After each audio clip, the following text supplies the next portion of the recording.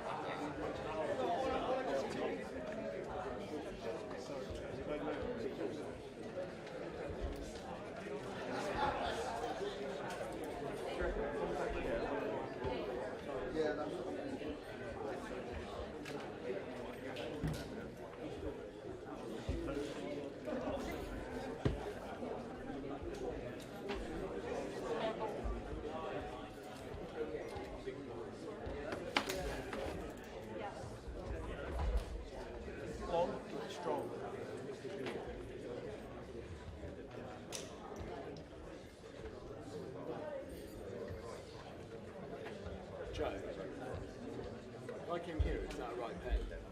Right. You're not live, not there? No, I'm not sure, okay.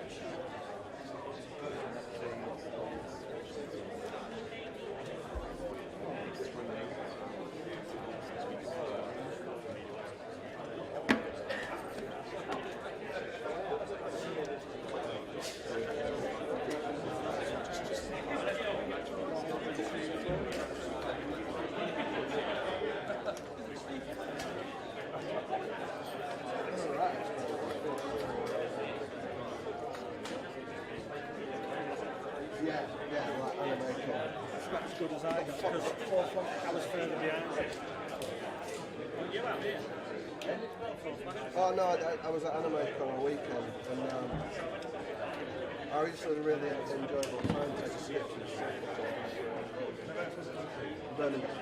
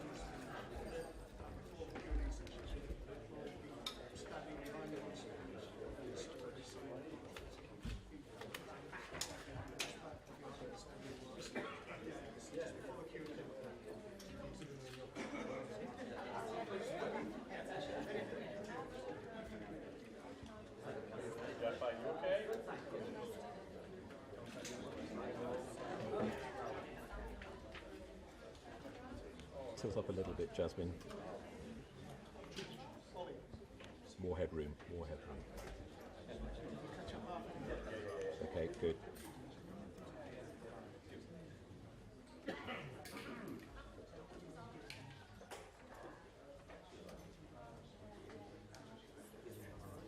There is going to be somebody speaking before I come through this door.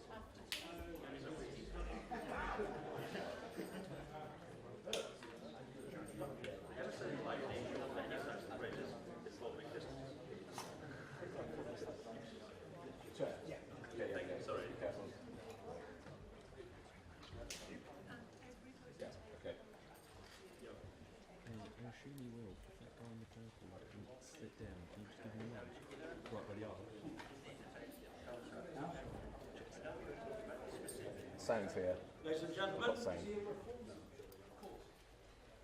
everybody could sit down, you good? Just a quick introduction. In fact, Gareth will introduce himself and he will introduce Mr. Farage after that. So thank you very much for your time. Gareth. So I'd like to welcome you all to the Welsh Valleys and Gurnos. I'm Dr. Gareth Thomas. I'm the candidate for this area, and I'm here to just quickly discuss how poorly the Welsh Labour Assembly have been. For 25 years, we've had nothing but, well, nothing really, within the Welsh Valleys. So, and being somebody who's actually been in hospital several times and in A&E 3 times in the last 8 days, I can tell you that the waiting lists are anything from 4 hours to 30 hours. I waited for this broken leg for 30 hours, and my mother waited 11 hours not being able to breathe in hospital. So for the Welsh Labour to say that it's actually 20 minutes and 4 hours out, it's a complete joke. So yeah, there's much more I'd like to talk about, but I'm here to actually introduce the man himself, Mr. Nigel Farage.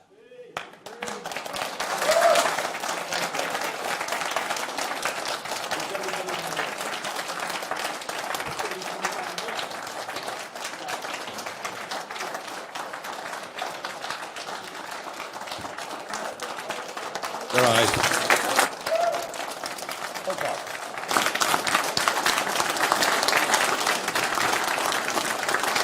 Very good.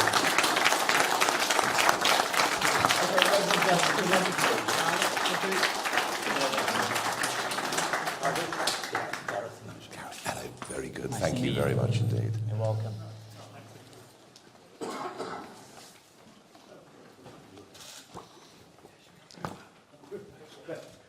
Good afternoon, everybody.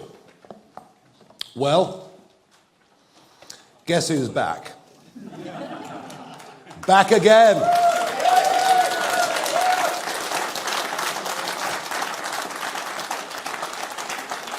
I did not for one moment think I'd be standing here and doing this ever again, but I am, and I'm doing it. But I come out of retirement, and I'm doing it because I genuinely feel that Britain is broken, that nothing actually works anymore, that we're broken economically as our national debt explodes, as our debt repayments are now over £90 billion a year, interestingly, the same amount as the education budget. But of course, it's that generation that are going to have to pay for all of our mistakes for years to come. I feel increasingly we're broken socially, and it doesn't matter what crime statistics the government quotes at us, we all feel less safe on our streets. And I think we've reached a point now where most crime even goes unreported. And I'm in absolutely no doubt that we are in decline culturally. We've begun to forget who we are, what our history is, what we stand for. We've put up with the minds of our children from a young age right through university, frankly, being poisoned about what this country is and what it represents. And all of this would be manageable if there were some clear political solutions. But I think our politics is perhaps as broken as all of the other factors that I've listed. And I was very struck over the last couple of weeks. I've been involved in 2 7-way debates with party leaders and main representatives, one on the BBC, one on ITV, which descended really into a shouting match between Penny Mordaunt and Angela Rayner. And yet, when you listen to what they were arguing over, it seemed to me that the more they argued, the more they seemed the same. We're going through a breakdown of trust in politics, where manifestos, one after another, can keep making the same promises, and no one believes now, frankly, a word that they say, which is why today, specifically, is not a manifesto launch. Because if I say to you, manifesto, your immediate word association is lie. And that is, I think, wholly unsurprising. There are also many millions of people out there, not just disappointed over manifestos, but a lot of Brexit voters, millions of Brexit voters out there, genuinely disappointed. They believe that by voting for Brexit, and actually the reason we saw the turnout on the scale that we did is that we'd actually get a grip on mass migration into Britain. We'd get back proper control of our borders, and none of that's happened. In fact, the very opposite has happened. So there are feelings of disenchantment there as well. They, of course, also run through our millions of small businesses who thought, well, at least the regulations, at least the rules will get easier. Some people say to me, well, Nigel, that's a failure of Brexit. No, it isn't. It's a failure of a sovereign government to implement the will of the people and, indeed, its own manifesto. And I also think there's a complete lack of leadership. I'm not, going to say personally abusive things about Keir Starmer or Rishi Sunak. I'll leave that to the rest of the establishment to be rude about me, because I couldn't care less. It doesn't matter. I'm pretty used to it.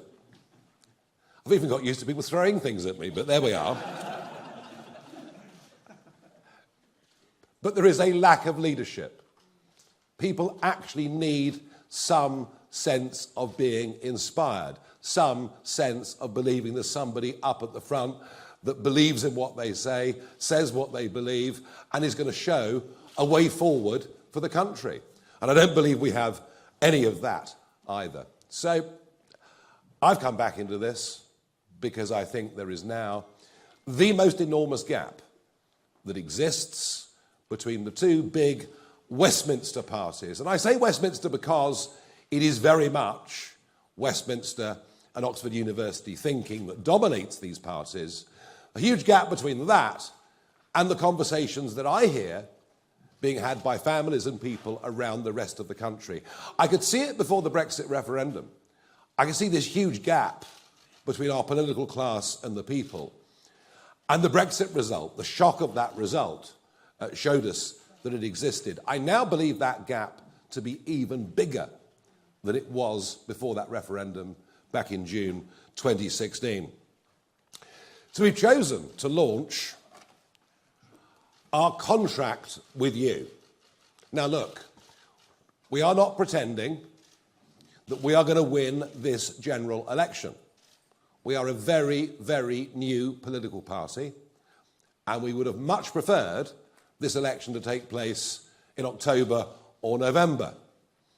I personally was a bit crestfallen initially by what Rishi Sunak said when he announced July the 4th, but we are running very fast to catch up. And I genuinely believe that our campaign now has some momentum around the country. We've seen that in some of the opinion polls, and particularly encouraging and a rapidly increasing number of young people, and I'm talking the 18 to 24 year age group, are now coming to reform UK's cause. So this is not something with which we're going to govern the country. That's not possible in this election.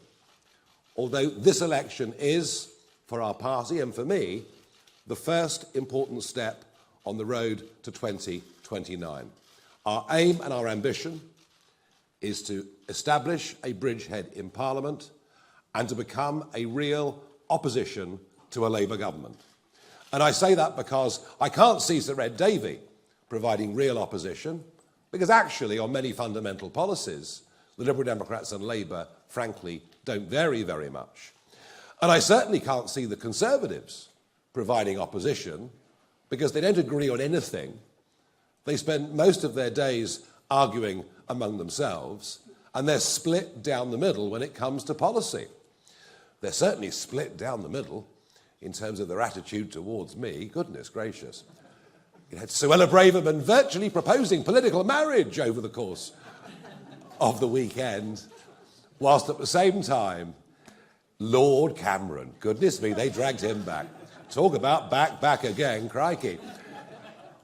And we had Lord Cameron generally being fairly abusive. And that sums up where the Conservative Party is. So we're a party that knows what we believe in. You know, we get the fundamental principles of what we're about. You know, we believe in the family. We believe in community. We believe in country. We know exactly what we believe in. And our aim is to provide clear, consistent and growing leadership during the course of the next Parliament. But not just in the Parliament, around the country too. And it's my aim that we turn this into a big, genuine mass movement of people. And I believe that that is actually highly achievable.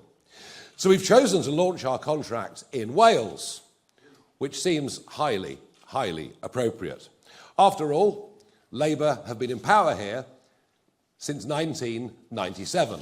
So perhaps there are some lessons that we can learn from 25 years of Labour government in Wales that are perhaps what we might be looking forward to in just a few weeks' time when Sir Keir Starmer becomes our Prime Minister. In Wales, taxes are higher. Yes, they are. Council tax is higher, on average about £500 per median property, than it is in England. Interesting, isn't it, that when the question is being asked of Starmer and others on council tax in England, they've precious little to say. So the people in Wales pay more taxes, and spending per capita is higher in Wales than it is in England. There's more money being spent on you, on public services, than there is on the other side of the bridge. And it's interesting to think, isn't it, in those debates I've been in, all anybody seems to talk about is more investment in the NHS, more investment in our public services, by which they really mean they're going to spend more of your taxes. And perhaps that wouldn't matter if it led to better delivery. But the figures in Wales are truly astonishing. Gareth talked about this just a moment ago. You know, waiting times in Wales on the NHS are exactly 50% longer than they are on the other side of the bridge. Education, which has drifted in Wales rapidly in a leftward, PC, woke direction.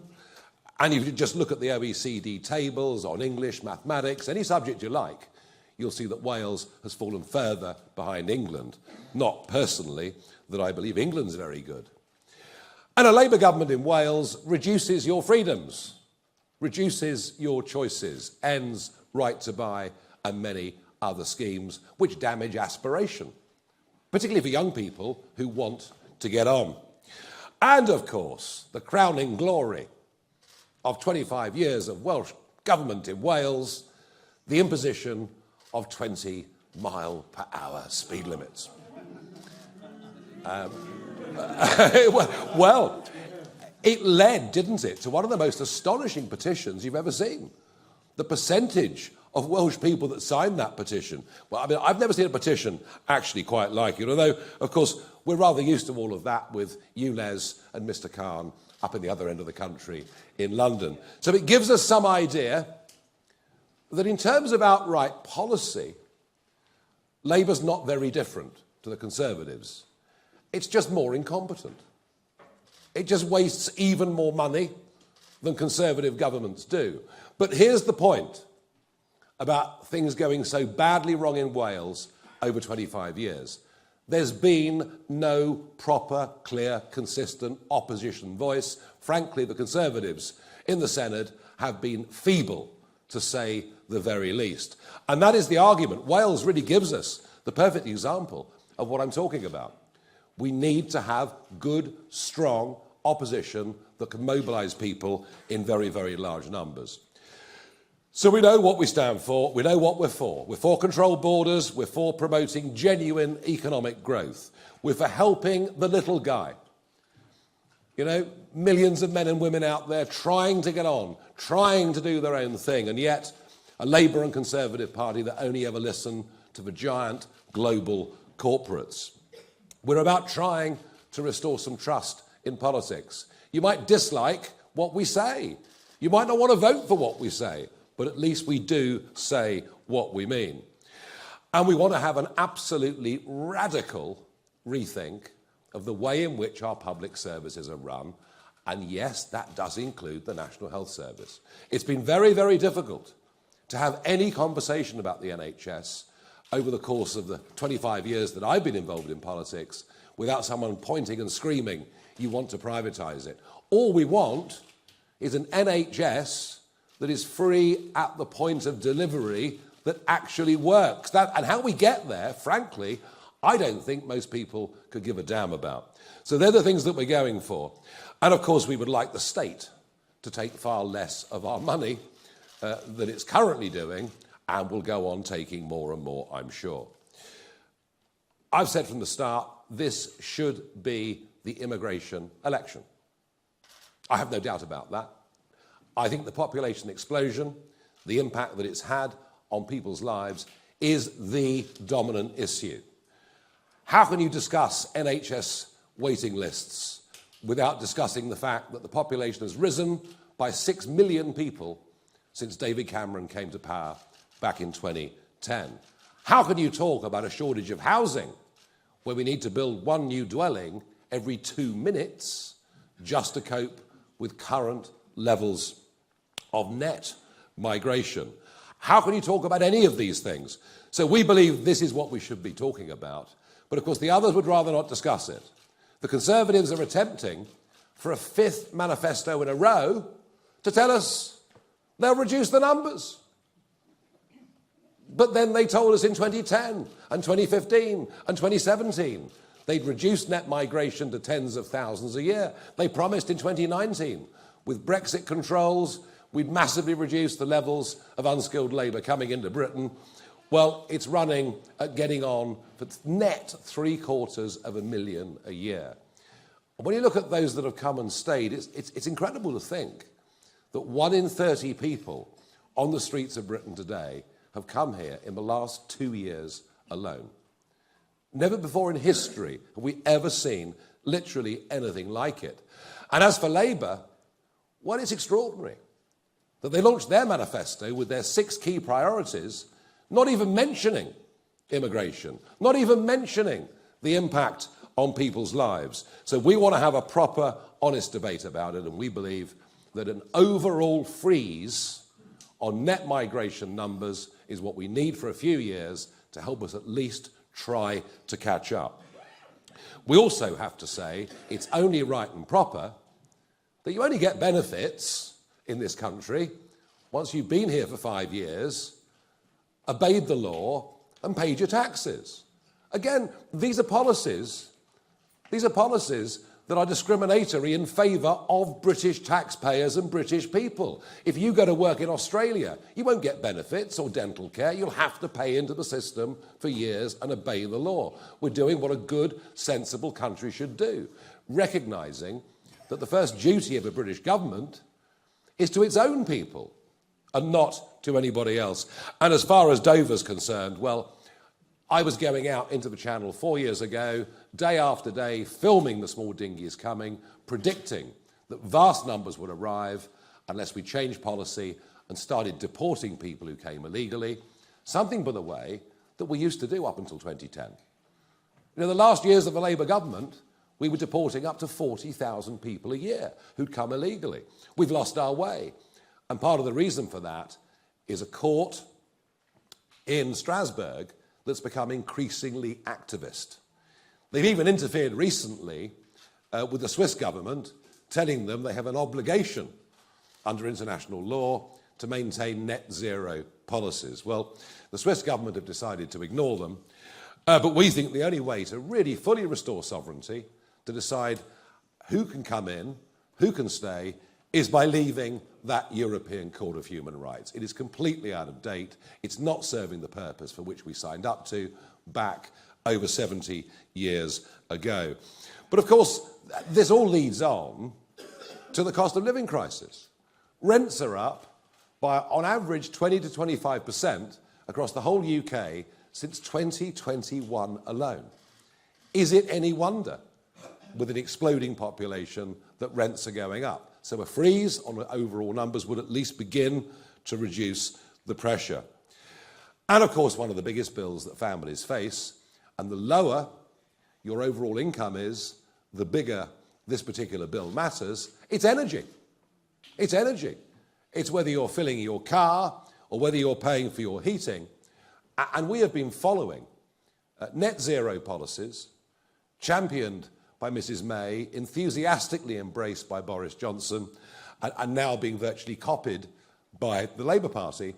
We're pursuing net zero policies that are self-destructive. Just look at what it's doing to industry. What's happening to steelmaking in South Wales? It's going. But somehow government thinks that's good because we reduce the amount of carbon dioxide that we emit. But we don't. We just export the production of that CO2 as the goods are made somewhere else. In this case, I'm particularly talking about primary, not secondary steel. And then we import the goods back into our country. So we want to get rid of the subsidies that are paid to green energy companies by loading taxes on the electricity bills of everybody in this country, and we've been doing this now for the best part of 20 years. But we also have to try and find out a way that people can be better off. National government, opposition, much of the media seems to want to bow down to the god of GDP. Our gross domestic product rose last year. Isn't that great? Well, if you massively increase the population, it's perhaps not surprising, with more people, that the overall size of the economy would grow. But here's the key. Coinciding with record levels of migration into Britain, we have now seen 6 consecutive quarters of GDP per head falling. We're getting poorer. The mass import of cheap, unskilled foreign labour may work for your big multinational company who want as cheap a labour as possible and couldn't give a damn about the social consequences, but it's not working. And we very much want to be a party that is on the side of working people. And that is why I think this is perhaps the most transformative thing in this document, which, by the way, has been so excellently worked on for months and produced by Richard Tice. He deserves the credit for this, not me. I'm a Johnny-come-lately when it comes to this document. But I think the most innovative thing, policy that we've put out in here, is to raise the level at which people start paying tax to £20,000 a year. Why? Well, number one, it would take 7 million people out of the tax system altogether. A devilishly complicated tax system. That would be a good thing, of course, for those on low pay. Be a good thing for many pensioners who, if they have a small private income, supplementing their state income, are being dragged into the tax system. Not a very good policy for local accountants, obviously, because they love the complexity. Not a good policy for civil servants, because we could probably get rid of a few with a mass simplification like this, but also a huge incentive, a massive incentive to get people back to work. And I'll talk a little bit more about that right at the end. We also think inheritance tax, and it depends where you live and what property values are, and this is not as relevant here as it perhaps is in the home counties. But, you know, an average semi-detached house in South London is now, when the parents die, attracting, inheritance tax. This was never designed for people in the middle. It was always designed for those at the upper income scale. So we'd go to £2 million on an estate before anybody paid inheritance tax. So simplification matters to us. But it's wealth creation. Labour have launched their manifesto talking about wealth creation. But I didn't see a single thing in there that would create wealth. And that is because our political class is stuck in the global corporate mindset. I saw this in 20 years in Brussels, where it was the influence of big businesses with their lobby that dominated the way, totally dominated the way that politicians thought. This sort of unholy triumvirate, if you like, of big business, big banks, and big politics. And we genuinely are on the side of the 5.5 million men and women out there running their own small companies, acting as sole traders, who feel government is their enemy. And it's their enemy whatever the colour of the rosette. Just look at these crazy IR35 rules. How difficult they've made it for self-employed people right across the United Kingdom. Think about what they did to corporation tax last year, putting it up by 30%, and being surprised that many small and medium businesses now don't have as much capital, perhaps, to reinvest, or as much incentive to make profit as they had before. And the other group of people who feel betrayed by the lack of Brexit delivery, there's the broader population who voted for lower numbers, but there's the business community who genuinely thought and hoped that by getting rid, by streamlining so many European Union rules, that their lives would get easier. They haven't. They haven't. The government blames COVID. Because of COVID, we couldn't do these things. Well, I would argue they didn't have to lock us down repeatedly. Once was probably more than enough. But we have not. And you know, Rishi Sunak and others promised they'd get rid of thousands of EU laws. They simply haven't done it. And actually, in some sectors, the regulatory authorities in Britain have made life for men and women running small businesses even harder than it was during the time of EU membership. So we believe that genuine economic growth doesn't come from half a dozen giant multinationals. It comes from the simultaneous actions of hundreds of thousands of people, millions of people, deciding they're going to have a go. And of course, these people don't benefit on holiday pay, they don't benefit on sickness pay. These actually really, economically, these men and women are the heroes of the country. They deserve encouragement, and the more people that do it, the greater the wealth that we will create. And we need wealth. Of course we need wealth. And one of the areas where we need to spend money is defence. I can't think the world has been in a more perilous place at any point in my lifetime. I was born after the Cuban Missile Crisis, just to clarify. Only just.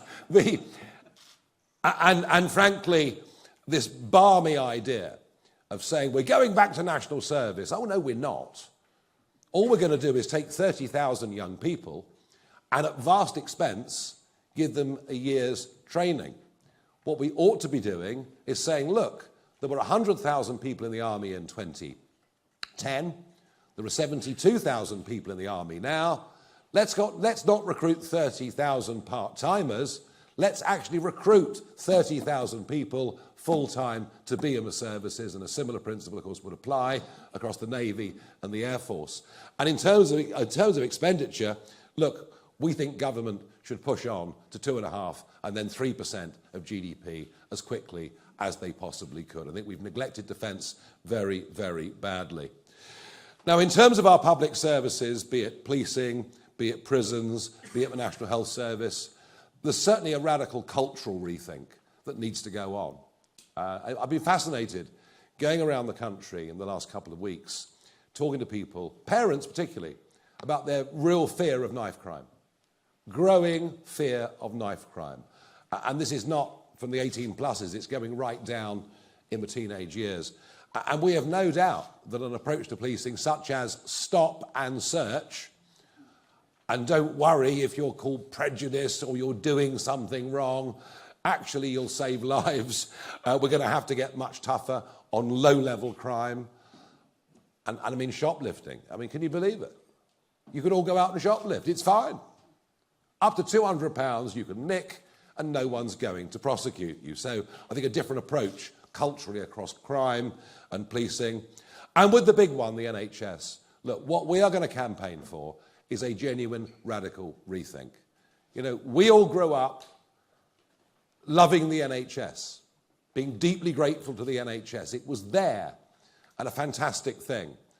And I've been trying to make many of these arguments, actually, I've been trying to make for well over a decade, that we have to have a rethink. And I think perhaps back in 2015, when I led a different party in a general election, perhaps I was just a bit ahead of the curve. Perhaps I was saying things that people didn't want to listen to. But I get the sense that they are listening now.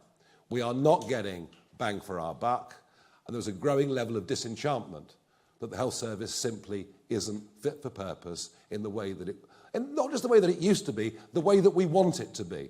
So let's look at other funding models. Let's look at how the French do it. Let's be radical in our thinking.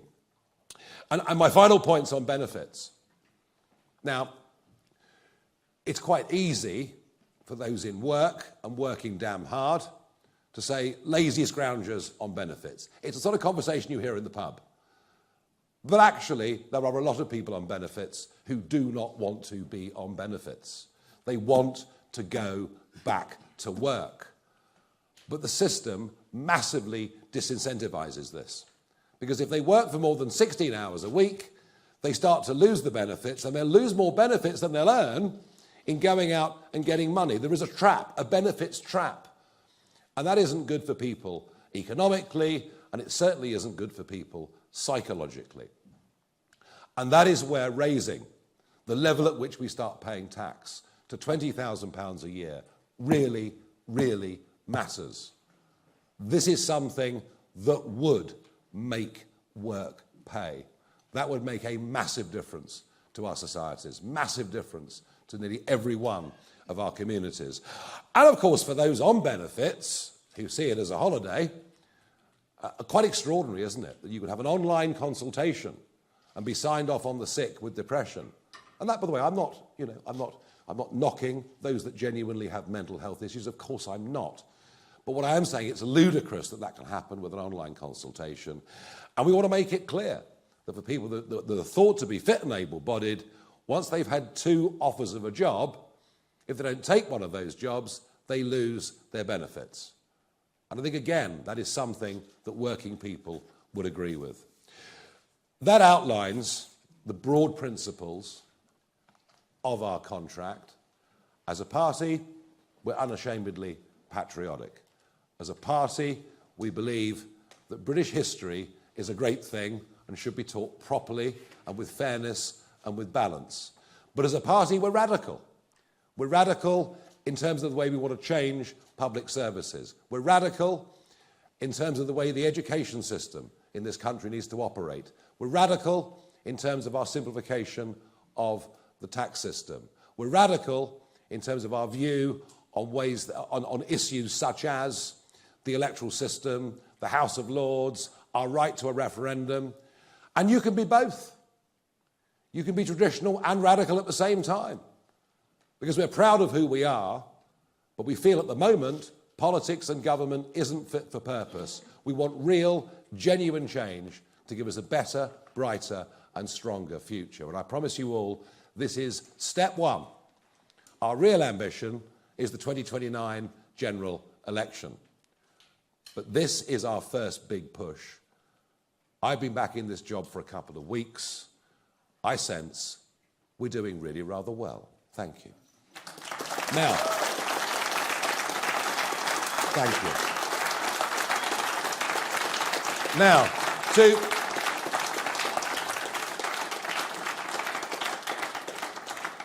Now, I was asked to do the easy bit today. I was asked to give you the vision. I'm Mr. Nice today. Mr. Nasty is Richard Tice today, who's going to tell you what taxes are going to go up and where the savings are going to come from. Richard, thank you.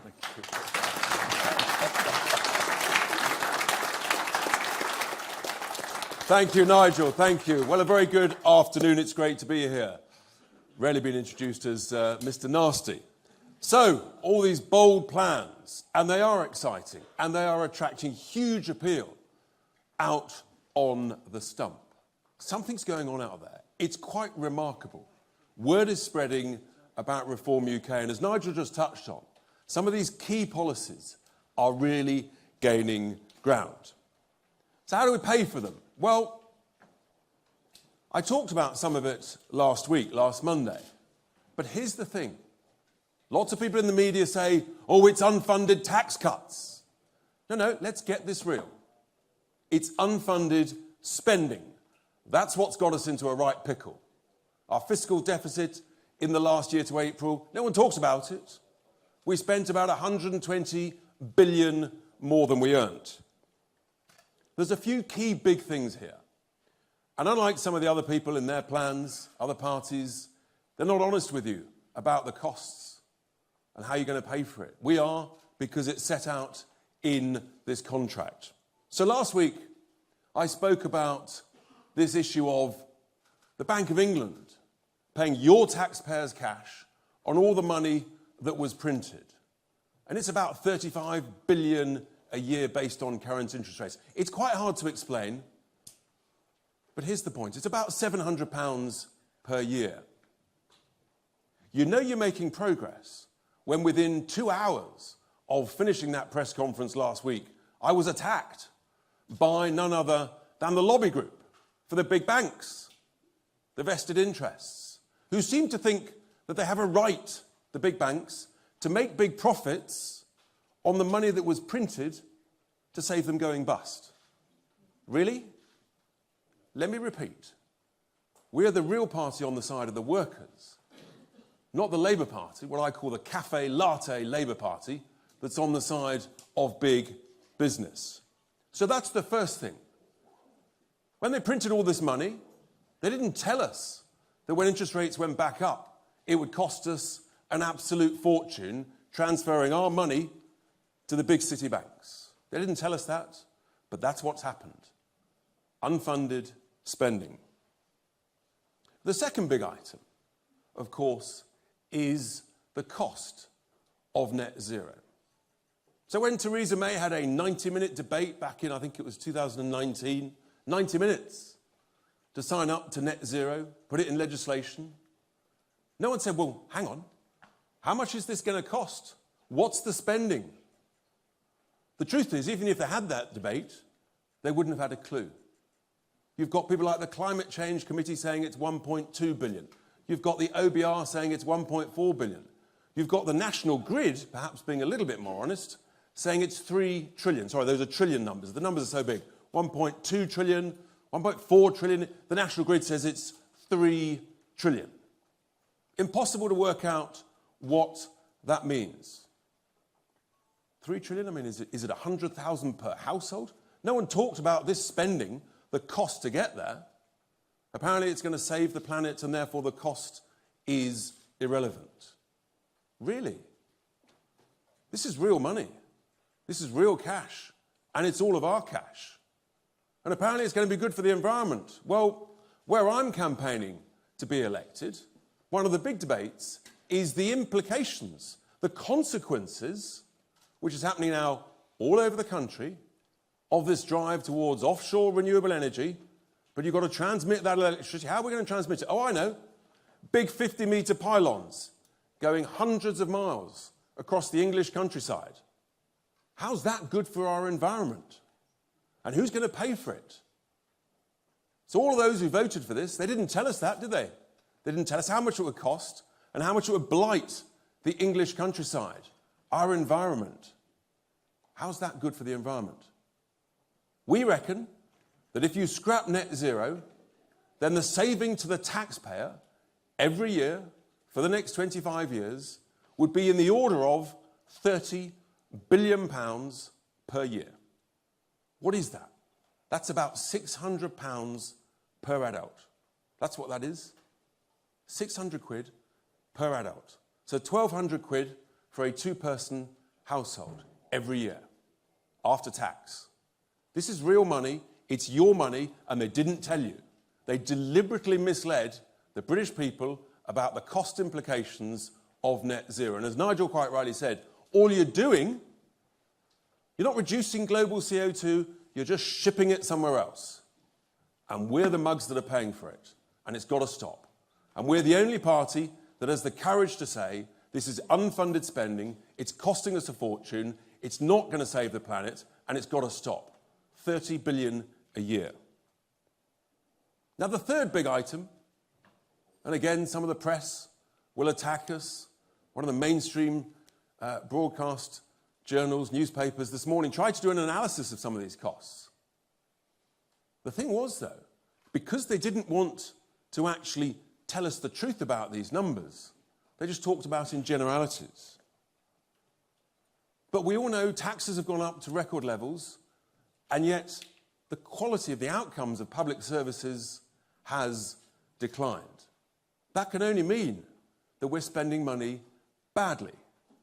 If taxes had gone up and the quality of public services had improved no end and waiting lists had dropped to zero, you might say, well, money's being spent well. So when I talk about waste in public services, waste in public spending, particularly in things like the NHS, I always get contacted within a couple of days by nurses, anaesthetists, surgeons, doctors who say, Richard, thank heavens, someone is actually telling it as it is. The waste is everywhere. It's extraordinary. And I've got a very simple slogan. It's what we do in business. And we come from the world of business. We're fixers, we're sorters, we're doers, we make things happen. It's very simple. You've got to cut out the waste from the back office and invest it in the front office. That's how you grow a business. That's how you improve the surplus that you make. That's how you improve the quality of your product. And that's what we've got to do with the public sector. Instead, we learn that since about 2019, there's an extra 600,000 people working in the public sector, but productivity's gone down. So we have to be honest with people. And in the same way that all of us struggling with our bills at home, we're saying, well, I've got to save £5 in 100. But you've still got to pay the bills, the rent, the mortgage, the food. So you've got to buy more wisely.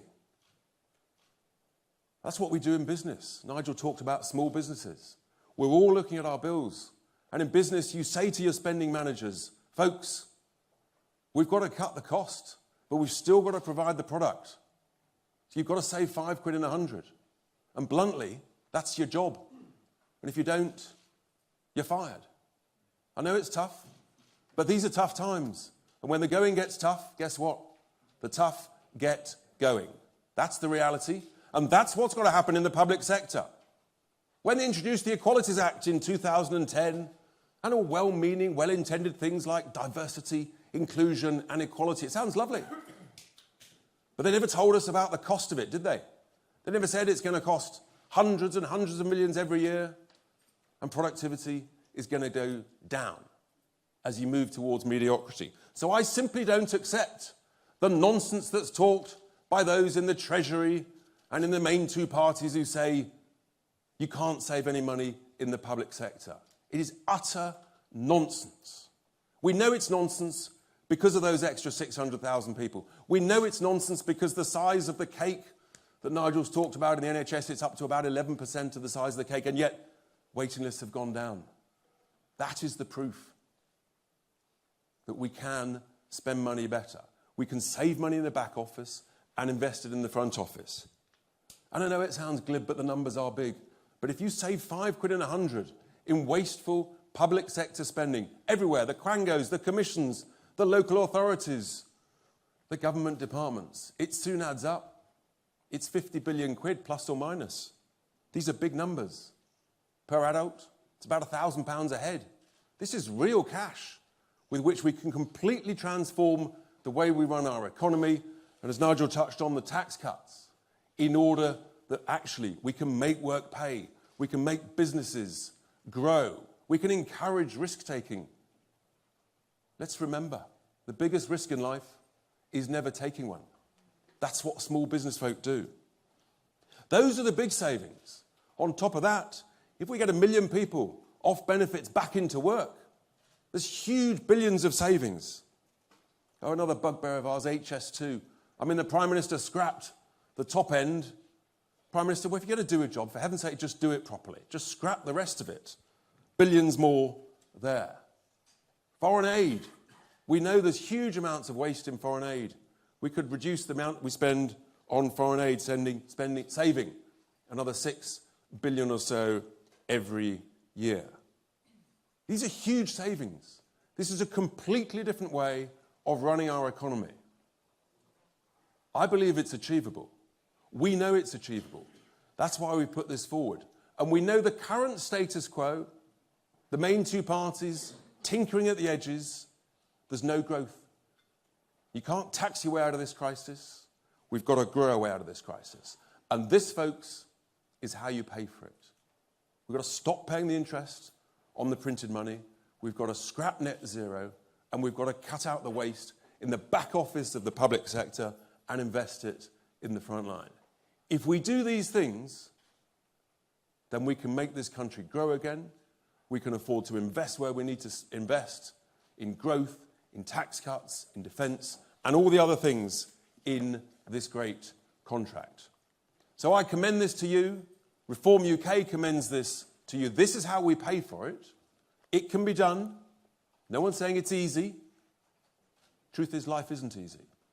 But if you're not prepared to get tough with wasteful spending, then we are heading towards a very bad place.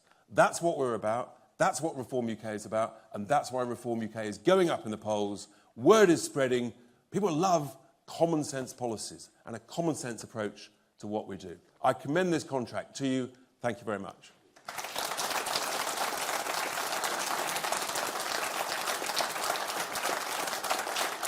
So, you've had the nice bit, you've had the challenging bit, and then the next plan is we're going to take some questions from the press. There are then one-to-ones.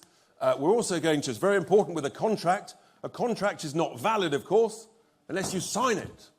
So we will be signing the contract in due course. But Nigel, let's do some questions. So, who's first from questions? Alex. Thank you very much indeed. That's brilliant. Thank you so much.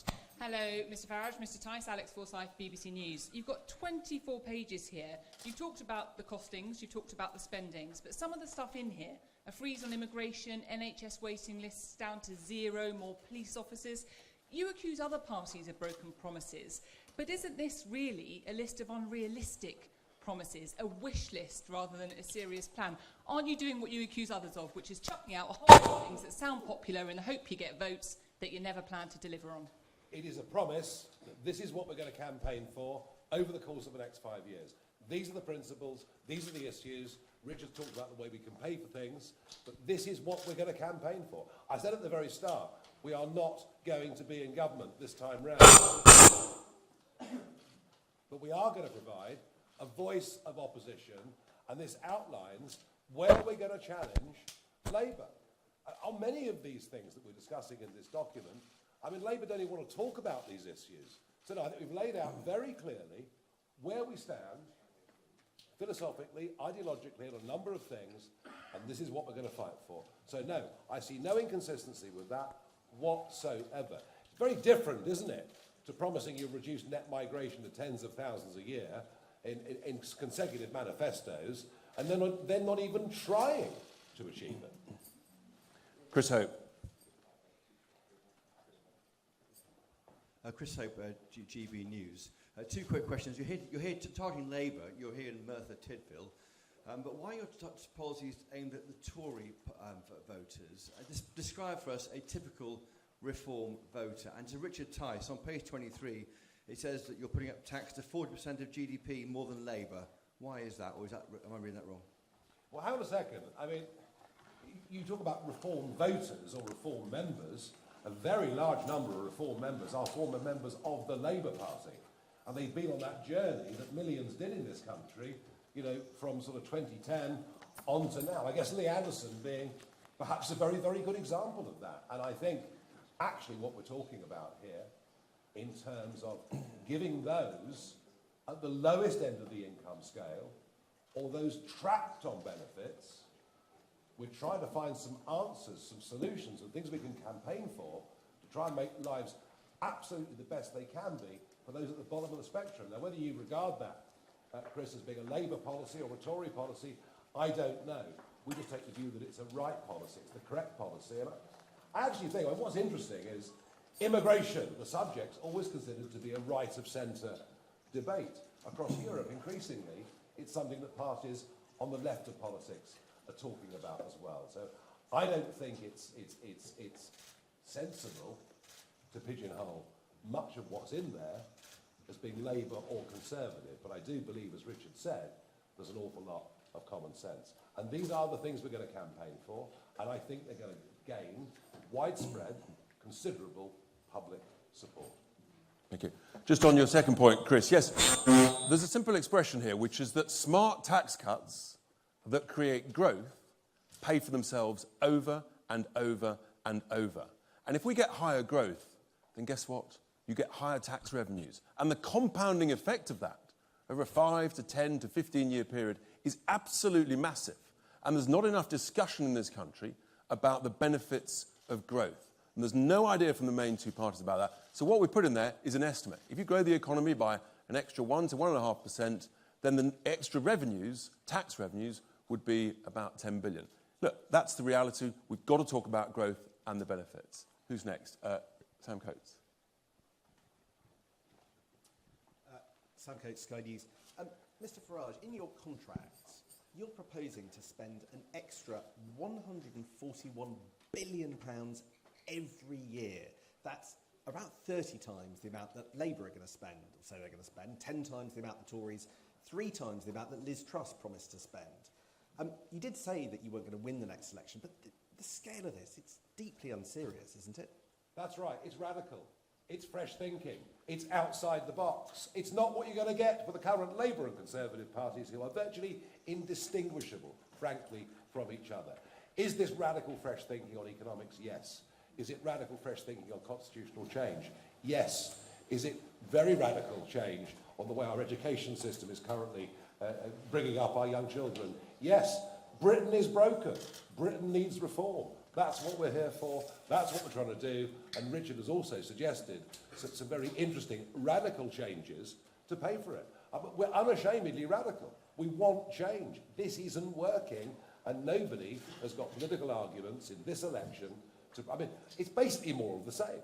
It is going to be a Labour government. We all know that. I said that 2 weeks ago when I came back, when Richard passed me the ball or the hand grenade that was fizzing or whatever it was. And I said that 2 weeks ago, that Labour are going to win.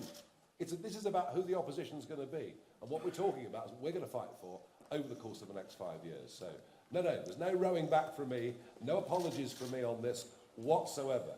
This would represent a fundamental, transformational change within the British economy. But to be clear for those who are watching on the live stream, Sam, yes, there's some series of spendings, costs, but we also outline all of the savings that I've just touched on there. So it's very important that you look at both sides of the coin. As Nigel says, it's not working. People are getting poorer. Unless we change course, we are heading towards disaster. That's the point. Who's next? Yes. Hi, Emilio from Politico. I've got a question for Mr Farage. One of the main criticisms of you is that it's all well and good being a kind of protest voice, because it's not that hard, but governance and even leading the opposition, like you're saying you want to do, is actually a much more complex thing. It requires delicate management, it requires negotiation and compromise. And although you might not like their decisions, Rishi Sunak and Keir Starmer, they both have experience running enormous, complex organisations that require some of that compromise and negotiation. What do you say to people who might like you and think that you talk a lot of sense, but don't believe that you've got the attitude or the skill for the compromise and management required to be an actual opposition leader or even PM rather than just a protester? All right, well, look, I think, we all have our personalities. Yes, of course, I'm fairly decisive. I have an opinion. Doesn't mean I don't listen. Doesn't mean I don't change my mind. Doesn't mean I don't respect others. Doesn't mean I can't work as part of a team. And many people I work with in politics, I've worked with for many, many years. So I understand the point about compromise. But equally, you have to have a vision. You have to have a goal. And I've had that. I mean, this time 30 years ago, I was campaigning in the Eastleigh by-election in Hampshire. All right? And I did it not because I wanted a career, far from it. In fact, in the end, I gave up a good career because I wanted to pursue goals. I wanted to pursue things that I believed in. And I've come out of retirement to do this for a similar reason, albeit it's not, as some would see it, the narrower point of self-government outside the European Union, although I never believed it was, but some saw it that way. This is about the way in which the country is run, the way in which the country is managed. So, yes, I can compromise if I need to. But I also think I've had some long-term views of politics, of society, that have been right. So, yes, I'm very confident. I'm very confident in what I say and what I believe in. And I think to give leadership, you actually need to have that. I'll take a couple more. Yes, the lady there. Hi.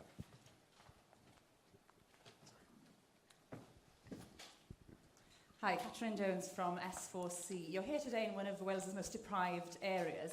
Are you giving people here hope at this election, or is it just a list of things to hate, from immigration to devolution? That question is very closely linked to the previous question in this sense. This is not a protest document. This is not a protest vote. And it's been a common misconception with all the campaigns that I've run over the years. I remember sort of in 2011, 12, 13, every by-election we'd hear, well, that was a shock result for UKIP. The protest vote is growing. It was always a protest vote, as people are suggesting this is a protest vote. When you actually poll people that voted for parties I led back then or now, when you poll them and ask them, is it a protest vote? They say, no, it's not a protest vote. We believe in what they're saying. We think they've got positive policy solutions for the future. So yes, of course, we're in an area that has done relatively badly compared to many others, and we genuinely believe the biggest beneficiaries of the ideas we're outlining here will be people, and I repeat the point, trapped on benefits who don't want to be there, or on low incomes, or with energy bills that they're struggling to pay. There is a lot more here, far more here, for those at the lowest end of the income scale than there is for anybody else.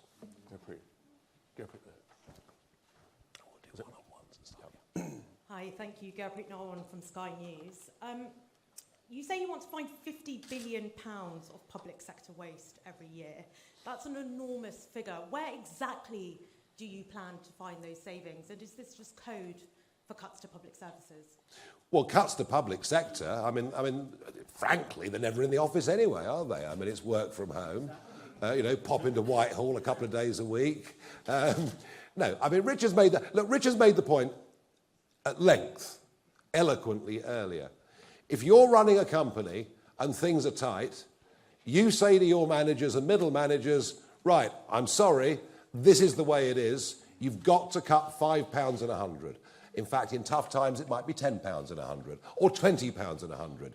And you have to find a way of doing that without affecting the product that we're selling to the public. This is not unrealistic in any way at all. And the sheer bloating, the bloating of the quangos, the bloating of the civil service that has taken place even since, well, let alone since 2016, since 2019, is just astonishing. And that's what we've had with the Conservative government.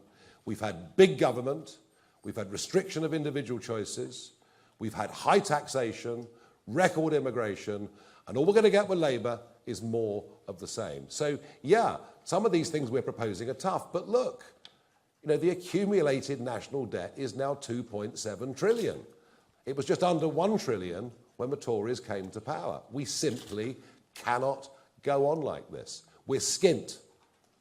I mean, who else would dare say that in this campaign? We're skint. We're in real trouble. And the nonsense of economic argument we hear from Rachel Reeves and Jeremy Hunt never acknowledges the fact that both of them are expected to be in deficit next year by yet another £100 billion. So we're saying, let's face reality. We have to have a slimmed down public sector, and we have to do that whilst maintaining services. Last question, ITV. And then we've got some one-on-ones, I think. Yeah. Thank you very much. Harry Hilton, ITV News. You're proposing in this contract tax cuts, £88 billion worth, on a scale that might even cause Liz Truss to raise her eyebrows.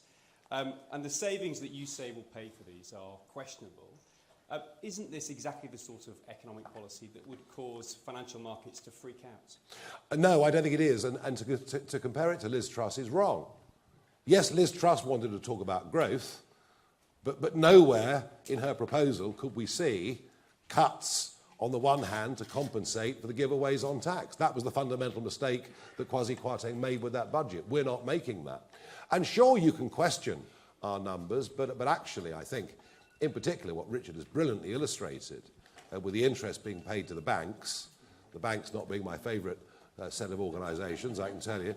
And this is something that is now picking up more and more economic approval, former deputy governors of the Bank of England and others saying Richard's on the right track with this. So no, and in terms of financial markets, well, of course, the French bond market is very interesting this morning if you look at it. Look, I think an idea that says we want to regenerate the British economy, an idea that says we want to bring back manufacturing to our economy, an idea that says we have to accept the fact, whatever our view, we'll be using oil and gas until 2050, so why not produce our own in this country rather than importing it? I think all of these things actually would be quite bullish for financial markets, even if there was initially a bit of a political shock. But look, let's be realistic. I repeat the point. We ain't going to win this election. This is our first big election, but we are well on our way, if you believe the MRP polls, etc. at the weekend, we're well on our way to establishing, that bridgehead in the House of Commons. And those MPs that we do elect will actually have on their shoulders the hopes and optimism of many, many, many, many millions of people. Be in no doubt, this campaign is going well. There is momentum out there. You only have to look at things like social media numbers to realise how well we're doing with a budget that's a fraction of the others. And that's because we've got, we may be, compared to Labour and Conservative right now, we may well be a relatively small party, but we've got a very, very big message. Thank you very much, everybody. We're going to do some one-on-ones and appreciate you all coming. We're going to, first of all, we're going to sign the contract. And we'd like some candidates to come beside us, behind us. Well, we'll just sign one of them, sure. We'll just sign one of them, Come, if we get some candidates behind, come behind, that'd be great. We'll get it going. Sign it nice and slow for everyone. Yeah. Have we got a Sharpie? All I've got's that. Yeah, that's... I'm not sure it's going to work. Okay. That's what we got. That's what we got. That's what we got. Hello. All right. All right. Yeah, let's have a go. Just that needs to be lower. Yeah, fine. No, it doesn't work at all. Look up. Eyes up, Nigel. It doesn't work at all. Please, sir. Can you come up to this one, just above? Yeah. There we go. Fantastic. Thank you. Nigel, just do this one. Nigel, please. I'll do them all. Okay. And just above that. Yeah. Okay. To your right. We're creeping in, guys. To your right. Thanks, Nigel.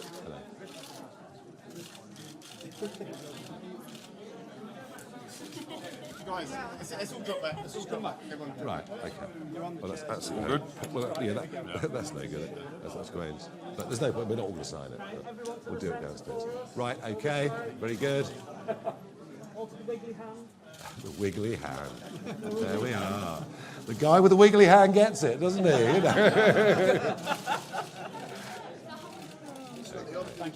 Great stuff. Very good. Well done.